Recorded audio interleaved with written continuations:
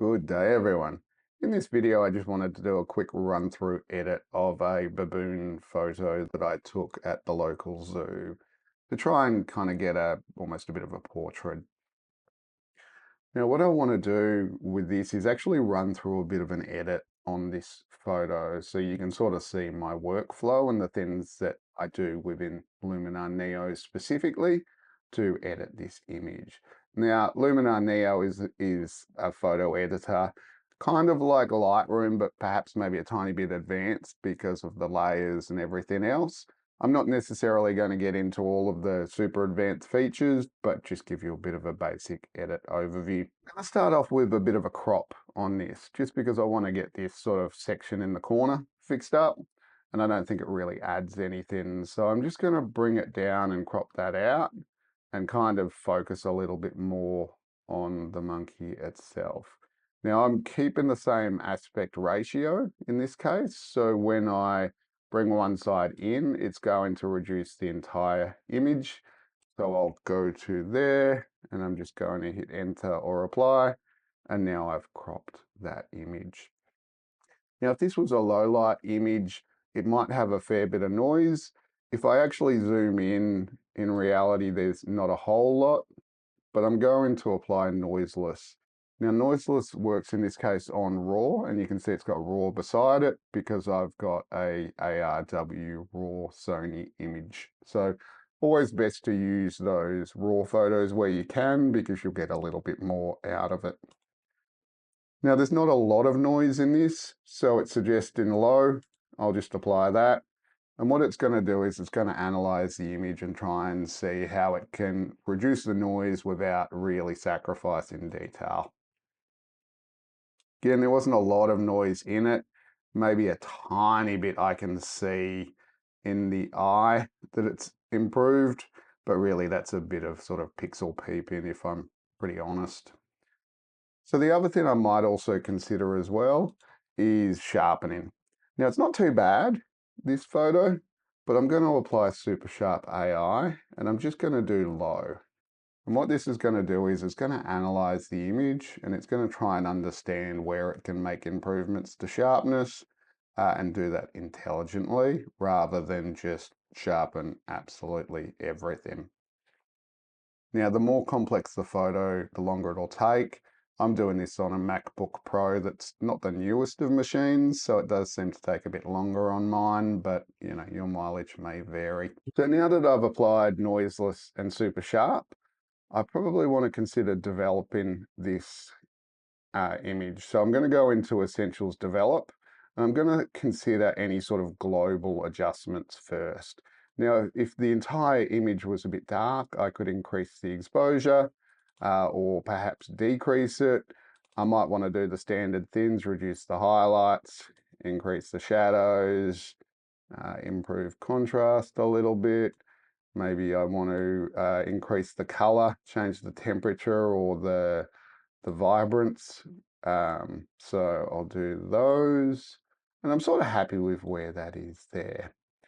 Now, one of the really useful tools in this is Enhance AI. And what Enhance AI does is it tries to work out where it can improve your image and it makes those adjustments. So if you go 100% with pretty much any setting, it's going to look fake and odd, but I just wanted to show you as the extreme.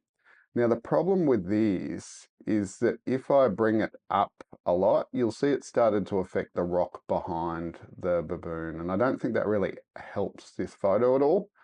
So what I can do is I can go into masking, object select, and I can actually pick the baboon in this case. So now I can go into Accent AI and I can start to improve that. So you'll see it's really done a work on contrast and maybe a little bit of color as well. So I'm happy with that. What I would like to do though, is I'd also like to maybe try and reduce the brightness of that background just to get a bit of separation from the baboon and the background. So I'll go into develop again, but this time I'll go into masking and I'm going to take a brush. I'm just going to increase the size of that brush and basically brush everywhere except the monkey. Now I'm just going to do this pretty rough for the sake of this, but obviously the more accurate you can get, the better it's going to look. So I've got that mask set, and red is where it's going to actually apply. I've painted a little bit on the head of the baboon, so I'm just going to remove that a little bit. Again, I'm not trying to be perfect, it's just to give you a bit of an idea. And now I'm going to go into adjustments, and I'm going to bring the exposure of the background down a little bit, maybe also the highlights and the shadows. So if I go, I'll quick preview off and back on, you'll see that does create a whole lot of difference between the front and the back of the photo, and it just creates that separation. Now, there's a couple of other things I might want to do though. So I'm going to click on develop again. And basically what you should have hopefully noticed is every time I do this, it's almost opening up a new develop. So it's almost like a new layer almost. So what I can do is I can go masking, and in this case, maybe I might want to just brush the face a little bit. So maybe I don't want to go extreme on this, but just to brighten it a tiny bit of smart contrast, maybe increase the highlights and shadows.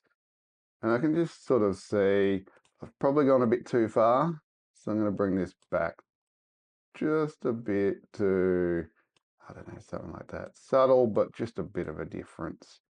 Now, same thing, maybe actually the next thing that's worth looking at is just the eyes. Can we just brighten those a tiny bit?